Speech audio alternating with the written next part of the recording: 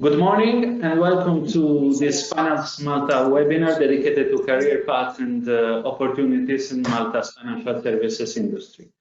This is the second in a series of webinars and forms part of our Reach Out campaign that aims at increasing our digital presence of visibility. The webinar is aimed at students and individuals interested in a career in the industry, and the main objective of the webinar is to provide a clear picture of the many job opportunities that the industry offers. I would like to introduce our guests who will be addressing the webinar today. We have with us Rudolph Psaila, the chairman of FinanceMalta. We have with us Melanie, senior manager of people and culture of the Malta Financial Services Authority, and Mirko Rapa, chairperson of the Education Subcommittee of the Institute of Financial Services Practitioners. Thank you for being with us today, all of you. Before starting the webinar, I would like to inform all participants that the last part of the webinar will be dedicated to questions and answers. So if you have any question, please share them through the question button, and we will try to accommodate as many questions as possible. We will now kick off the webinar with a message by our chairman, Rudolph Psaila. Chairman, the virtual floor is yours. Thank you, Andrea. Good morning. I have been told there are over 70 attendees, and it's so encouraging to have such numbers, especially students. Inclusion is one of our key pillars within FinanceMalta, and we welcome you all to this webinar. FinanceMalta's aim, for those who are not familiar with our foundation, is that of promoting Malta's financial center and ensuring that the financial service industry has the right tools to thrive. Of course, in our industry, the human resource is the most essential tool. And I would like to start by emphasizing the importance of being ethical as much as keeping up with the new regulations. The COVID-19 situation has highlighted the adaptability, flexibility, and endurance of this industry. In 2019, there were around 12,000 people working in the financial service industry, representing around 5% of the total employed population. Yet, a good number of companies complain of shortages of skills and technical people. The industry offers more and more career opportunities, and one of the objectives of this webinar is to provide an overview of the many career paths that one can undertake. In fact, one need not necessarily go to university or even MCAST to follow a career path in financial services. A large number of training bodies, as well as companies operating in this field, provide regular training to whoever is interested to work in this area. When mentioning financial services, most people automatically think of a career in law, accounting, audit, and tax, which, of course, are extremely valuable skills and are always required. However, there are less obvious avenues that are also in high demand, such as fund administration, compliance, money laundering reporting officer, IT, and support staff. But I'm sure our speakers, Melanie and Mirko, will delve deeper into this, and I would like to take this opportunity to thank them for their time and their continuous support. We can see a trend in financial services companies which allows for good career progression. The sky is the limit for high performance, and certain financial service companies can give the opportunity to employees to get exposed to working with companies operating in different sectors, both locally and internationally. It is a sector in constant evolution, where innovation plays a major role, and the young talent should make a difference. Could make a difference, yeah. We hope that today's event will provide you with food for thought and will spark your interest to pursue a career within this industry. Enjoy. Thank you. Chairman, thank you very much for your contribution. Apart from the webinars, our Reach Out campaign also includes a series of short clips that tackle various aspects of the financial services industry. Every Tuesday we publish a new video, and the video that we published yesterday actually came at the perfect time, considering the topic that we are addressing today. Let's watch the video together. It's a video by Ronald Attard, country managing partner at EY, one of the one of the big fours. Let's watch the video together.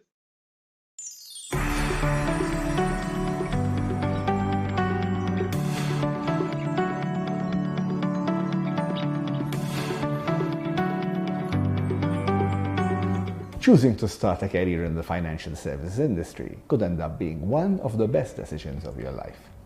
I have been working in this industry for over 30 years, and the radical changes I have seen take place were unimaginable when I was starting out. Young people of today can and should dream even bigger. Technology is constantly transforming the way we work, not just making it easier, but providing us with new tools and techniques to help our clients understand the problems they didn't even know existed. It's also a job without borders. Traveling becomes a way of life, meeting people, cultures, and discovering new places. The pandemic, though, has demonstrated how our industry can function even remotely. We can work for clients all around the world as easily as if they were right in the same room. But probably one of the biggest reasons to enter the world of finance is the extremely vast variety of work. You will find yourself changing roles, tasks, and clients from one year to the next. You will find your passions in certain areas, harness your skills, and then you will be the driver in control of your own destiny. Like every other industry, we have our challenges. It is important, therefore, to work in this industry for the right reasons. We can make a difference through our daily work to help to build a better working world. There really has never been a better time to join financial services. What are you waiting for?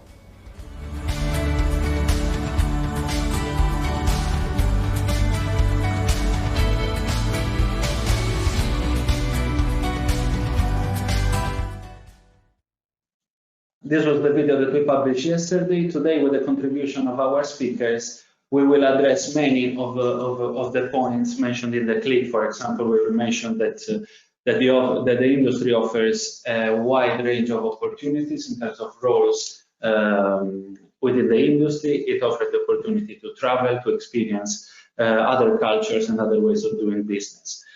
Another main objective of this webinar and of our strategy is inclusiveness. We rely a lot on the expertise of our members, and we asked those FinanceMalta members that offer recruitment services to provide us with a valuable contribution on this in the preparation of this webinar. Therefore, I would like to thank AAA Services, Castile Resources, Connect, and Mirko for providing us with detailed information from a recruitment perspective.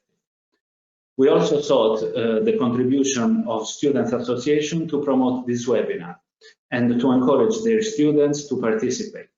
A big thank you goes out to the Junior Chamber of Advocates, FEMA, the Faculty of Law, and the MCAST for their support to this initiative. Now we are ready to delve into the core of our webinar. We had a slightly change in our agenda. We start with Mirko Rapa instead of Melanie, so I ask now Mirko to join us. Mirko is a partner at PwC Malta. He lectured financial reporting and advanced taxation to students preparing for the ACCA, as well as students preparing for the advanced diploma in international taxation examination. He is a member of the Council of the Institute of Financial Services Practitioners, and he chairs its education subcommittee. By the way, congratulations for your reappointment, Mirko. Thank you. Today, he will give us a presentation about the many job opportunities available in the industry. So, Mirko, the virtual floor is yours. Sure. Thank you for that, Andrea. Thanks a lot. You should be seeing my screen now. Good morning, everybody. I thank FinanceMalta for the invitation. I always enjoy sharing some experience with students and those people aspiring to have a career in the financial services industry. I've been in this industry now for around 20 years, working full-time, but I actually joined the firm as a student when I was 16. So I used to come and do summers at the firm since I was 16. So I've been doing this pretty much all my life, and I still enjoy this very much. What I'd like to share with you today in these next 10 minutes is some experience and some insight in what financial services is and what it gives to an individual. So looking at careers, job opportunities, and the exciting life financial services can give you.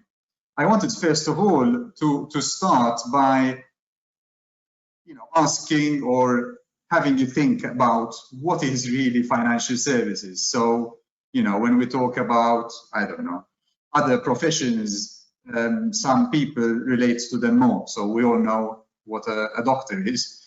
We all know what an architect does. But when it comes to financial services, if I have to ask anybody, any man in the street, it's not very clear to a person what is financial service. And I would ask you to think about what is financial services to you. And it could be different things. Sorry for interrupting. I think your presentation is not showing anymore. Okay. Can you see it now? Perfect. Yes. Go ahead. Okay. Sorry, yes. Not sure what I. All right. So I was saying it doesn't mean everything. It doesn't mean the same thing to everybody. So if you have to take time and ask yourself what is financial services to you, just take a few seconds to think about that, and then I'll share with you what it is or what it could be. And then what is a financial services practitioner? So what somebody working within the financial services industry.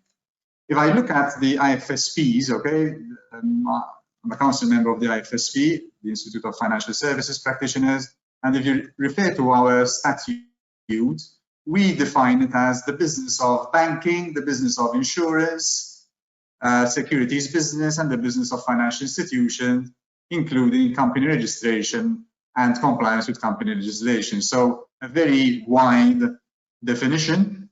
And then obviously you have to look at what is a financial services practitioner is any professional. And I would want to explain that we are professionals. And when we say professionals, we distinguish between someone has a profession and someone has a job. So a profession pretty much is your life.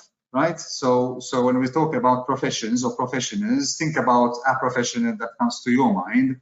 It pretty much defines what their life is. I'm not saying that means that your work is what your life is, but it pretty much defines a lot of who you are. Okay, and the professional, therefore, working in financial services, and therefore over there we're saying both local and international clients. So there are no boundaries, no geographical boundaries to what we do, and it includes a range of services from tax, trusts, company registration, but as Rudolph said, funds, insurance, as we shall see, law, various aspects of it, technology, increasingly. So there's a lot one can do in the financial services sector, and I think that's it. That's what makes it interesting. Then I would invite you to ask yourself, who am I? What do I like? What's my personality? What are my skills, motivations, values, and what's my working style? And does that match the financial services career opportunities? So what I invite you to do is understand more what financial services are, understand yourself, what you like doing today, and what you think you'd like to do in the future, and whether this is the right fit for you. The big advantage of financial services is that it's so diverse. When I joined 20 years ago, I had no idea that I'm going to do what I'm doing today.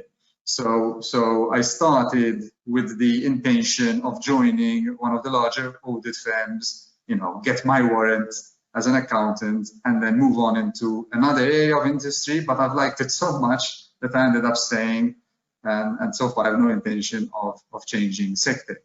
And my personality, I think, adjusted very well to what we do in financial services, especially because we are all professionals, and therefore, there's a sense of integrity, a sense of honesty, and a sense of always wanting to do better than yesterday. So today must be better than yesterday. And myself, as an individual in my career, in my profession, I strive to be better every day. And I think that's what a professional is. So honesty, integrity, and wanting to improve continuously. If that is something that you see in yourself as well, I think it's something that you should definitely consider. I've set out here, because we don't have much time, because I can spend hours talking about financial services and the opportunities, but I put down as well to help you try and understand whether this is something which works for you, which will excite you and will motivate you to take up a profession in the financial services sector. 3 areas which I think are key in what financial services is and what it takes to be a professional within the financial services sphere. The first one is the technical and functional skills. I'll come to it. The second one is the business and the life skills. It's impressive how much we learn every day. And the experience. So once you obtain experience, the knowledge of wealth one gets through that experience is impressive. Let me start with the technical and functional skills. Of course, because we are professionals, or because the financial services requires professionals within its space, you need to have the technical background, the academic background. But the academic background, again, is very vast, very diverse. So there I just listed some of the areas of technical expertise you could delve into and then take up a profession within the financial services sector. I have the economics, accountancy, technology, marketing, trusts, foundations, insurance, investments, so including funds and fund administration or fund management, human resources, and banking, just to name a few. Okay, those are some of the areas where we see continuous growth and the need, therefore, for individuals to be specialized in these areas. It is obviously essential that one has a technical background. Actually, when you start working as a professional, whoever you assist assumes you are technically competent. Therefore, it's important that one has a technical basis to do that. I put a note there on my slide that it's never too late. What does that mean? It's not about age, and it's not about what you do initially. So you potentially could have, initially start studying sciences and then realize that that's not for you. You can start, you could start working in industry immediately without having a technical basis for a profession within the financial services sphere.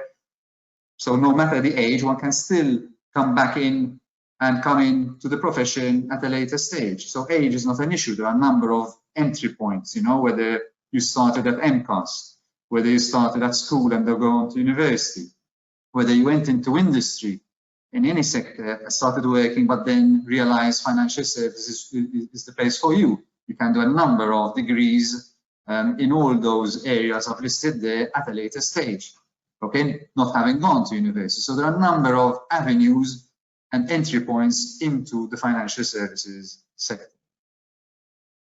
You do learn a lot of business and life skills, okay? So whether you're working in banking, insurance, investments, accountancy, taxation, trusts, whatever it is, there's a lot of expertise one develops. And when one develops expertise, then there's a value to you, and therefore clients, potential clients see that value, and obviously you attract business in that way.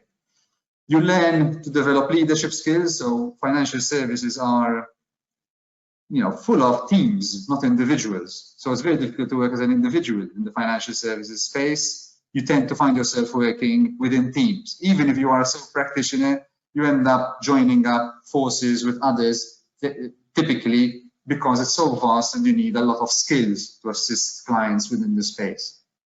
You would learn and you get experience to communicate. Okay, we present all the time, we discuss with clients all the time. We need to be able to explain in a simple terms what is sometimes very complex. And that is something one learns to do over the years in the financial services space. you build relationships, you know, both locally and cross-border. Myself, I've worked obviously most of my life in Malta, but I've worked also in Berlin, Germany, and also in Washington in the United States. And I have a number of colleagues who've worked all over the world, and that obviously increases your business and life skills tremendously and your ability to build relationships across the world. Like I said, working in a team is key in the financial services space, and this means that there's a space for every type of person, every type of character, every type of individual. Okay, you don't have to fit in within a box. We need within this sector people with different skills, with different characters, with different abilities. The other part is the experience. It is extremely meaningful, very challenging. Okay, you're challenged every day. You learn every day. I can guarantee that. So in the last 20 years, I've learned something new every day, every single day of my life. Work-life balance, like I said, we are professionals. So, you know, work is part of our life, but, you know, we also have other interests in life, and a number of us are involved in other areas outside their profession, but which also helps them increase their business and life skills.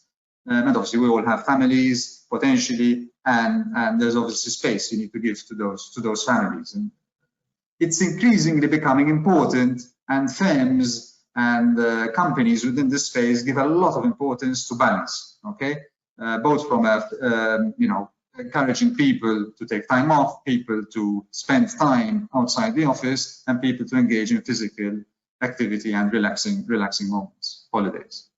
It is definitely fun and enjoyable, and again makes the experience very distinctive.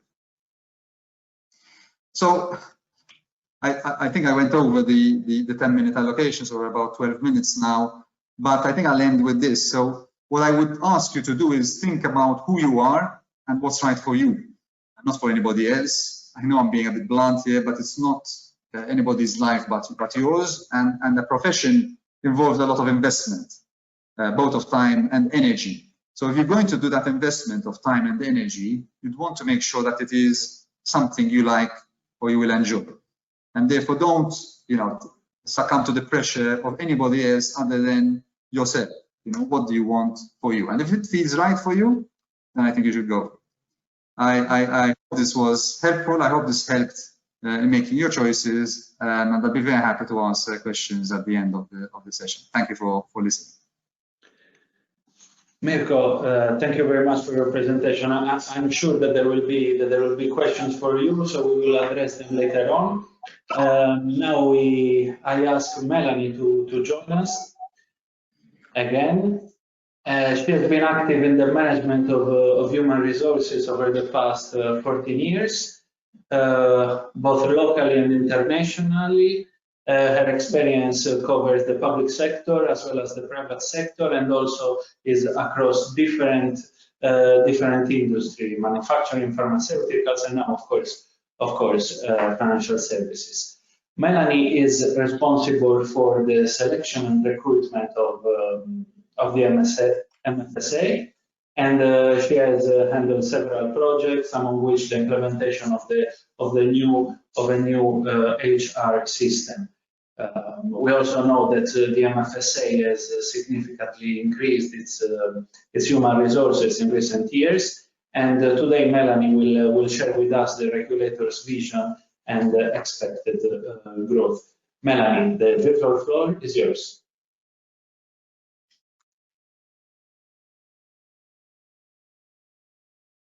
Thank you, Andrea. Thank you for giving me this opportunity to provide an insight from the regulator's perspective in terms of the opportunities and career that one might expect in the financial service, and would like to give a warm welcome to the students and to the rest of the audience.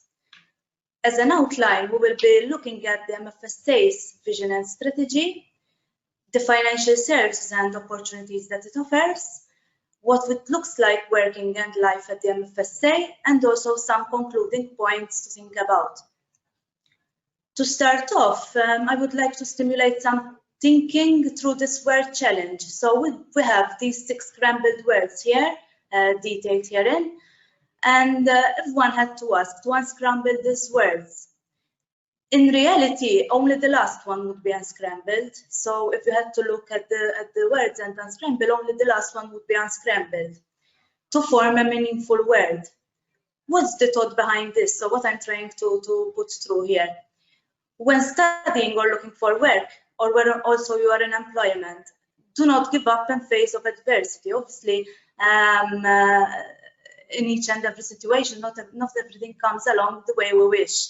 So it's easy to give up, especially when encountering multiple setbacks in your career and in your life.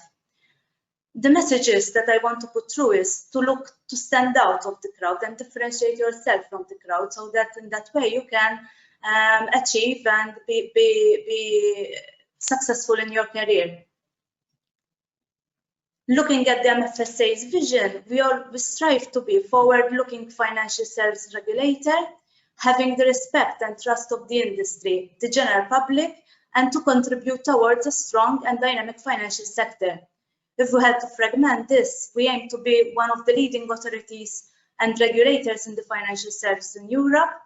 We strive to be also proactive and forward-looking, and also keeping in mind and being respected by the industry and the public. The MFSA has set out its strategy in 2019, going throughout 2021, in an aim to achieve its vision. Basically, we identified 4 key strategic objectives, being safeguarding the consumer interest whilst enhancing consumer trust, harmonizing our regulatory and risk-based supervisory approach, embrace the digital transformation. Obviously, we have to be well aligned with this, infuse innovation and growth and competition, and also we felt the need to invest and modernize the authority's infrastructure and systems. As it has been already highlighted by Mirko in his previous presentation, the perception out there might be that the financial services, in terms of career and background, it comprises mainly banking and finance, accounts and law. However, it's much more than that.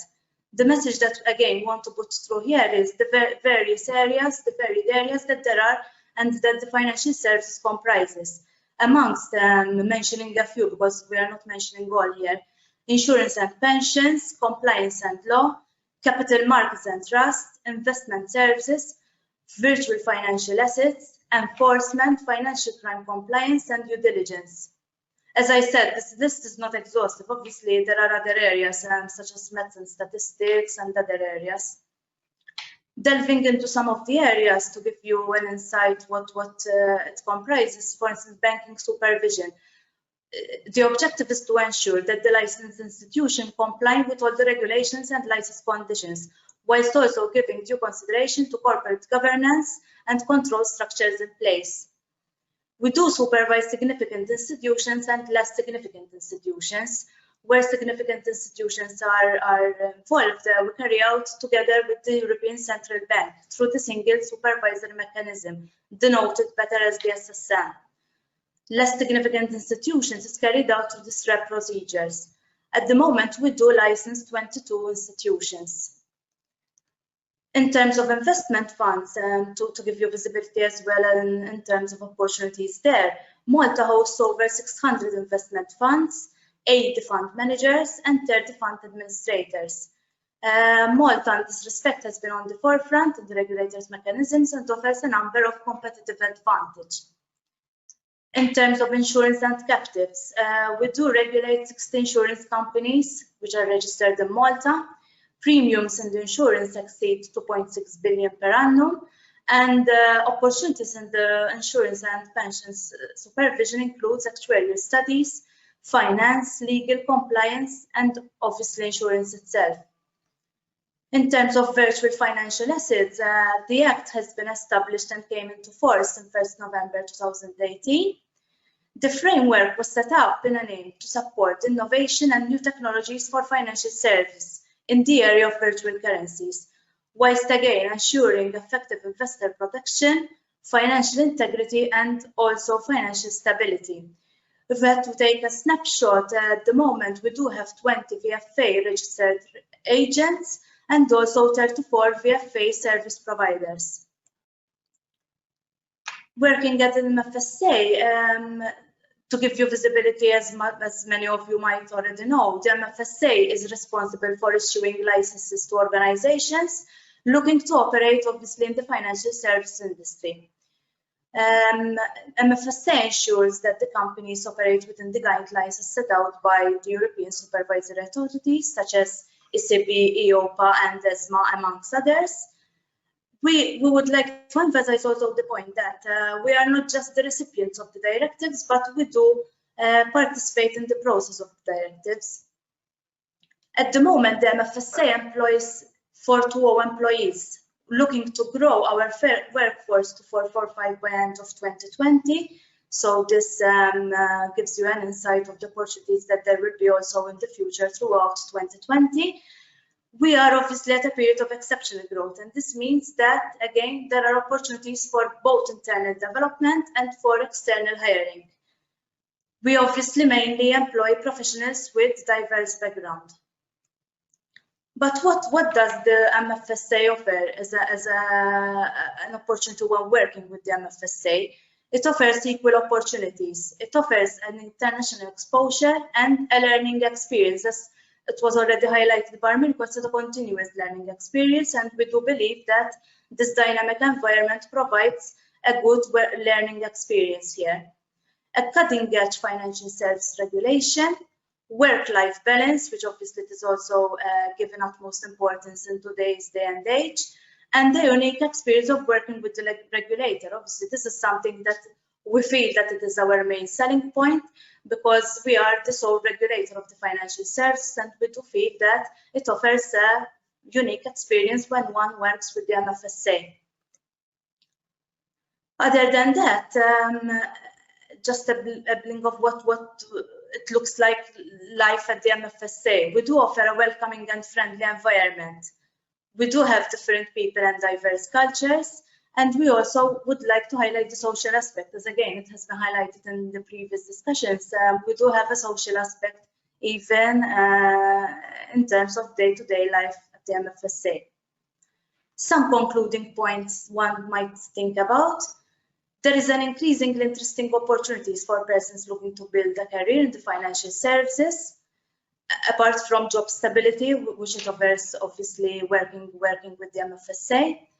Overall, there are prospects for growth within the industry, and there are obviously, again, challenges and opportunities linked to emerging elements, including fintech and developments from a regulatory perspective.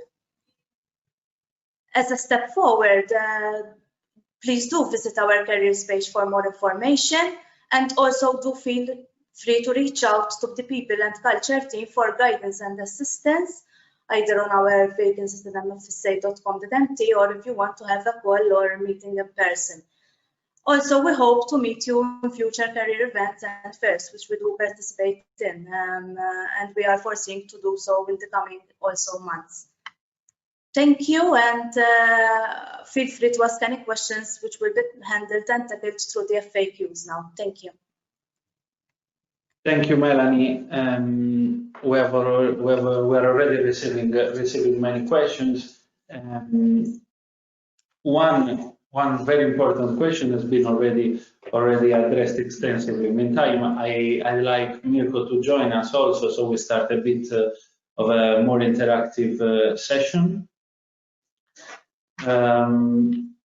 So the first thing that comes up very clear is that you don't need, the financial services are not only for accountants or not only for bankers or lawyers. So there is a wide array of roles available. And one more thing is also that the service, the industry offers a very a good career progression, usually within 2-3 years. This is what our members told us. Usually, you can have a career improvement. My last curiosity before reading some questions that we got from the audience. This is for the both of you. Do you enjoy what you do? We start with Melanie. Surely, yes. I've been in the financial services industry for almost 5 years now. As we said, it's never a dull moment. You learn everything every day. You do connect and network with many different people with different backgrounds and culture. Speaking for MFSA, we have increasingly now engaged foreigners. So unlike when I started my career at MFSA, we were about four expatriates. Today we employ around 50. So you can imagine how many diverse backgrounds now we are increasingly having. That's it basically from my end. Mirko? Yes, definitely. But I don't want to sound like, I come to work, riding a bike, put a smile on my face every day. So obviously there are challenges, like everybody has challenges every day. However, I must admit that I really enjoy what I do, in the sense that I feel I contribute, one, to the services we're providing to clients, okay, in this space. Especially we are a face for Malta, and I feel I have a responsibility to, make Malta proud every day, especially when dealing with foreign clients. We have also the responsibilities locally when dealing with local clients, and over there, obviously, you strive to provide the best professional service, again, to uphold the reputation of the financial services sector. And I also, however, enjoy it a lot because we work in teams, like I explained before. So the team dynamics to me gives me a lot. So if I had to be a sportsman, which I'm not, okay, I prefer a team sport rather than an individual sport. So, I'd go for a team sport rather than an individual sport. That gives me much more energy and much more drive. And I know that the more successful we are in this space, the more opportunities we create for young individuals or individuals who want to join the space. So our success, each and every one of us, or my success, even if it's a little contribution, but it's contributing towards the success of the sector, and therefore granting opportunities to people to continue joining the sector. And that's why I do it. Thank you. So let's go now let's see what they ask. One question is,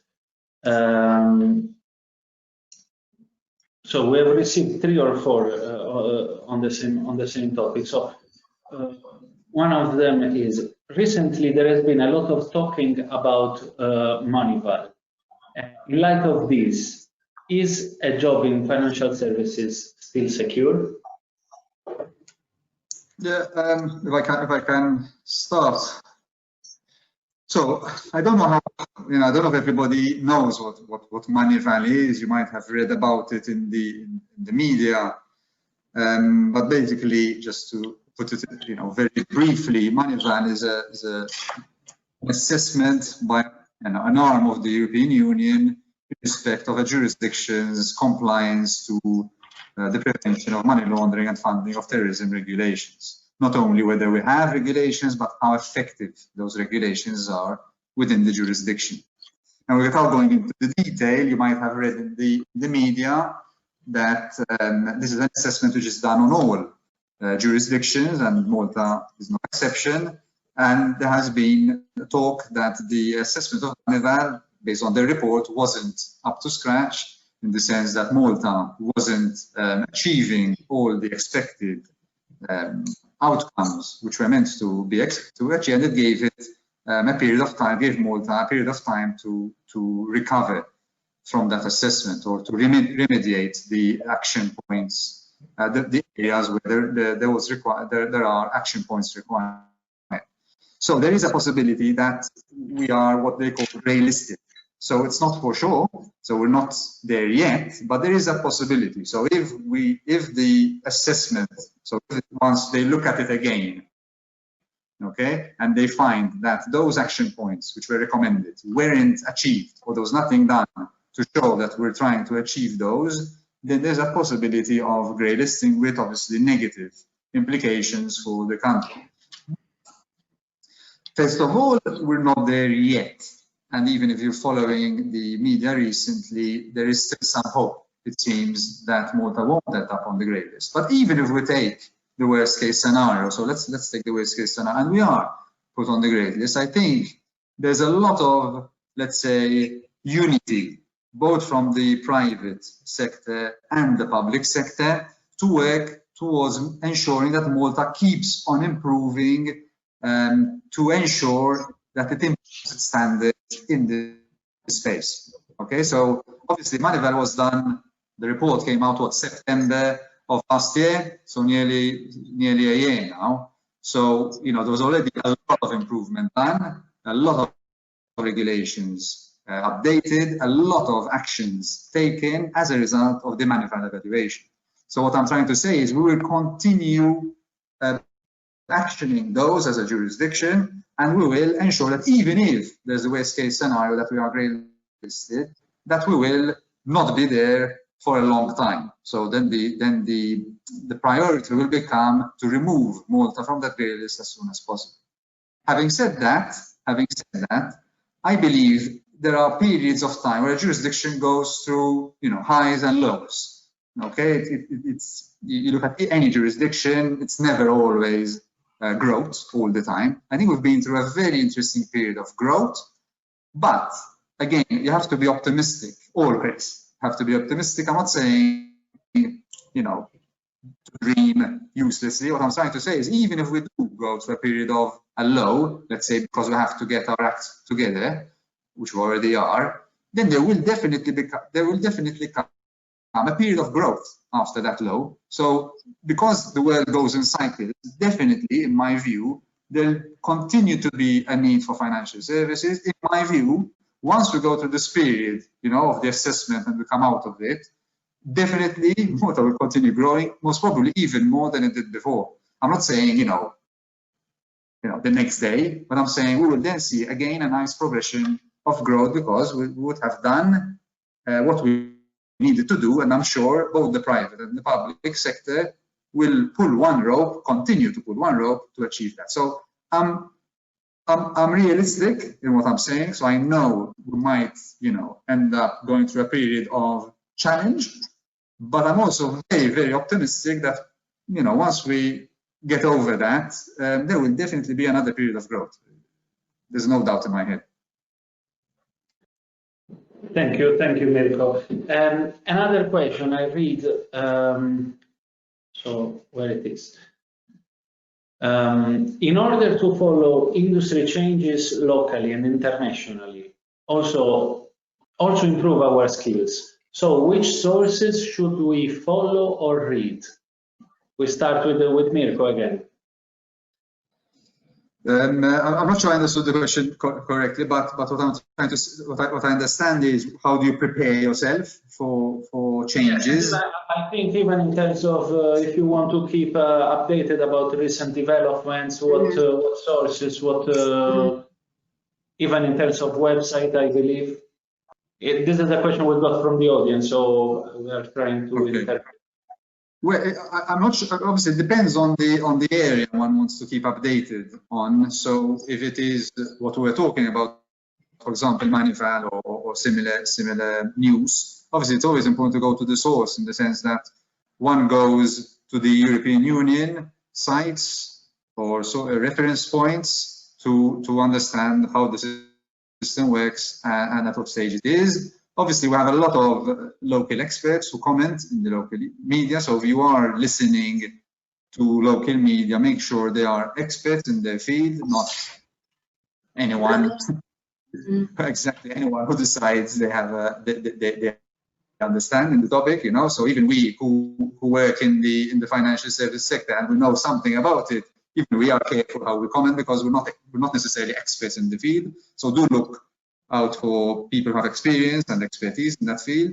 And I think it's really the mantra you should use for anything you look at. So do a bit of a due diligence on who is saying what, in the sense that I might start talking about, I don't know, cardiovascular diseases.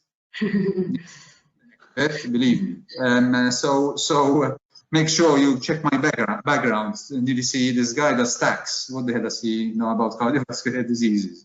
you know. So obviously do check your sources. If it is technical material, obviously there are a lot of universities, there are a lot of professional bodies to provide this, and I think, you know, they're well known. If you do need help with particular topics, what I suggest is either you send an email to Andrea or us at the FSP or Melanie at the MFSA, Yes, yes. and, you know, help you and direct you to sources for professional bodies and the professional associations that could help you with the technical material you need. I hope I answered the question, Andrea. Yes, I think so. Melanie, do you wish to add something, or? No, I think on what Mirko was saying, I believe, yes, that we have to filter and screen what sources we look at, and adding on this, again, yes, we welcome anyone that want to seek advice, and we would be able to filter ourselves and pass through the related and relative professional person. Let's go to the next one. This might be interesting. Hi, I currently work within the tourism industry and would like a career change. I have 2-level master degrees, one in tourism and the other in entrepreneurship, and over 15 years of experience in the field. However, I'm finding it hard to see a future in the financial sector, as employers are seeking experienced candidates only. I would appreciate some guidance on how to go about this issue. This time we start with Melanie. I would advise, obviously, we do look at both academic qualifications and also professional experience in the field. So obviously we do have different levels of entry, and we do match the profile against the level of expertise. However, as Mirko also highlighted previously in his presentation, people can change paths, career paths. So there is no way how one can sort of feel discouraged at doing so. So if you would, taking myself, so I cross paths from hospitality to manufacturing to now financial services. So I worked in different industries, and I wasn't expert in any of the industries. So I just started from beginning, and I sort of gained experience going along. So yes, the message is one: don't be discouraged, and always be on the lookout on how to get information, seek information, and also acquire the necessary skills and attributes to be part of the financial services industry. Something to add? Yeah, I mean, I completely agree with Melanie, especially the part of not to be discouraged. So if you're not seeing immediate take-up, doesn't mean it's going to be like that forever. So I think, remember as well, we're coming out, hopefully, of a period where, you know, COVID impacted a lot of industries, but not only, it impacted, which is even more important, the sentiment, you know, the outlook. So I think, you know, until the sentiment comes up back to a positive point, you'll see people are going to be slow to take decisions. People are going to hesitate to take decisions. That doesn't mean that there aren't opportunities within the financial services sector. What I think you need to do is persevere, as Melanie said. So, you know, continue, you know, looking for opportunities everywhere. Don't discard anything.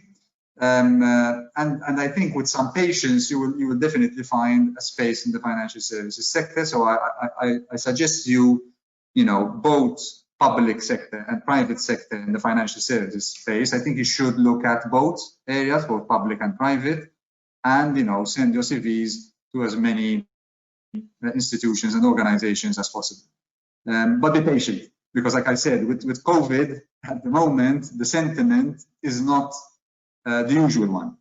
So people are being sheepy rather than, you know, bullish. So you need to give time till people get confident again. But do be patient and do continue persevering.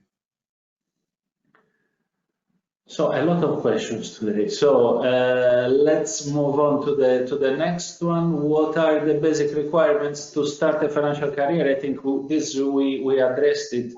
We have already addressed it. But this is interesting. Is going abroad frequently a necessity? Mirko. Yeah, no, I wouldn't call it a necessity, so it's not something you have to do. So you can go abroad for various reasons, depending on what you do.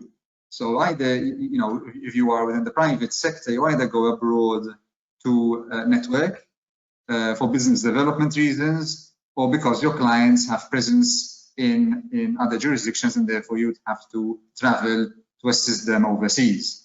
So those are the three main areas in my view. Or training is another one. So you could be going abroad to train. So it's not a necessity as such, but depending on what you're doing, you might have to travel as part of your job, as part of your profession. Having said that, we do have individuals, you know, where I work, we do have individuals who don't travel at all.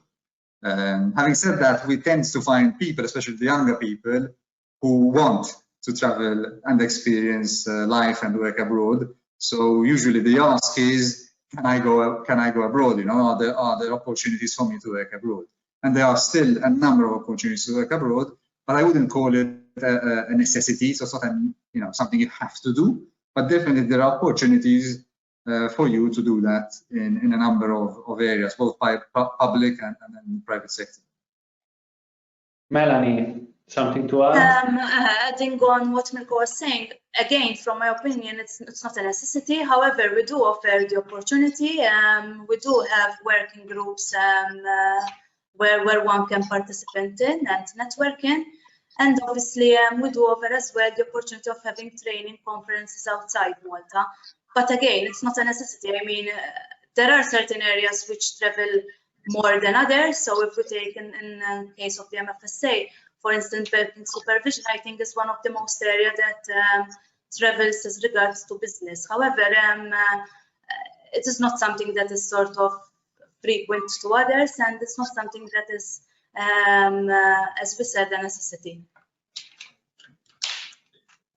Let's see other questions. We have dealt with someone with already a lot of experience, over 15 years. I think this one comes from a student. Let's try to address this. I'd like to get some exposure to working in the financial services field this summer. Are there any opportunities? How should I go about it? Melanie, I see that you want to answer first. Yes, because we do offer opportunities for such students. So we already taken up some internships in this respect. I suggest to this particular student to look out on our website. We do advertise the roles as junior assistants in terms of internships, so he would know to which one he would refer to. And we do offer in again various areas. We offer in at the moment we do have, for instance, in insurance, interns, securities, and markets. Upcoming there will be others in other areas. So keep on the lookout and apply for this opportunity to embark on such opportunity. Mirko.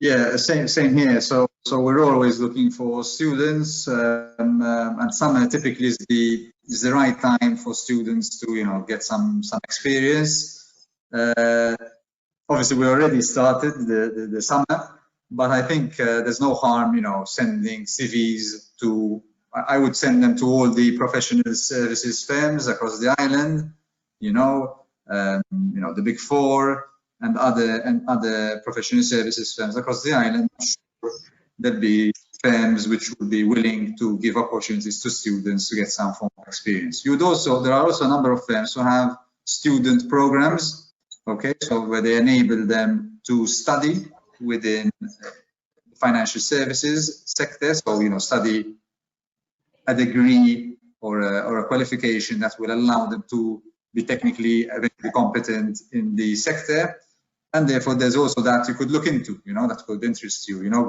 Join a program and have the experience within the summers, but then be able to study during the scholastic year. Okay, so another question. With the benefit of hindsight, would you choose financial services again? Who goes first? Shall I go first? No, so Melanie, go. Okay.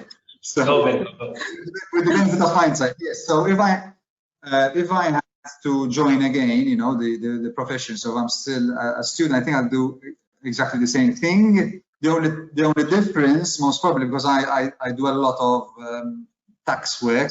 I work a lot in the tax space. Most probably, I would have done a law degree and an accountancy degree rather than just doing the accountancy degree, because I think it would have helped me even more. But that's with the benefit of hindsight, obviously. So just because I think, you know, tax is both legal, illegal, and numerical, was I think about that. But otherwise, definitely. And if I had, you know, if I had individuals who are interested in the financial services space, I would definitely encourage them to join, because, you know, like Rudolph mentioned, the sky is really the limit in the sense of what you can do and what you can achieve. It really depends on you, honestly. Melanie? In my opinion, if I had to go back when I was a student, at that time, I don't feel that there was the knowledge and the information that there is today in terms of career paths, in terms of what qualifications you would need to gather and where it would take you. So in that terms, I would have loved to have more information at that time.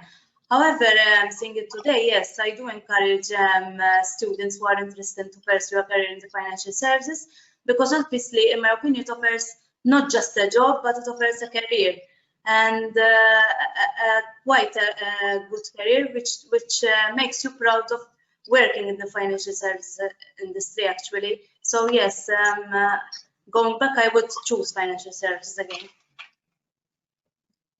I see another question. What are the profiles more required within MFSA? I think we've already spoken about it. I would like to inform all participants that this webinar is being recorded, so it will be available, if not later on today, from tomorrow for sure. And even the presentation of the speakers will be uploaded on our website. So I think we are also out of time. So we finish here with our QA session. It was very interesting. Thank you, Melanie, first of all, and thank you, Mirko, for your time and for your precious contribution. A big thank you goes out also to all the FinanceMalta members and all students associations who contributed to the promotion of this event. Thank you also to all the attendees. I really hope you enjoyed the webinar, and there are more webinars to come. So please follow FinanceMalta on the social media, follow our website, FinanceMalta.org.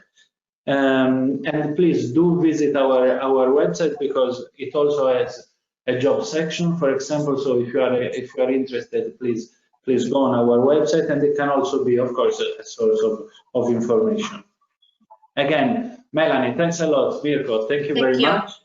Thank you very much to all our attendees for being with us today, and goodbye. Thanks. Bye-bye.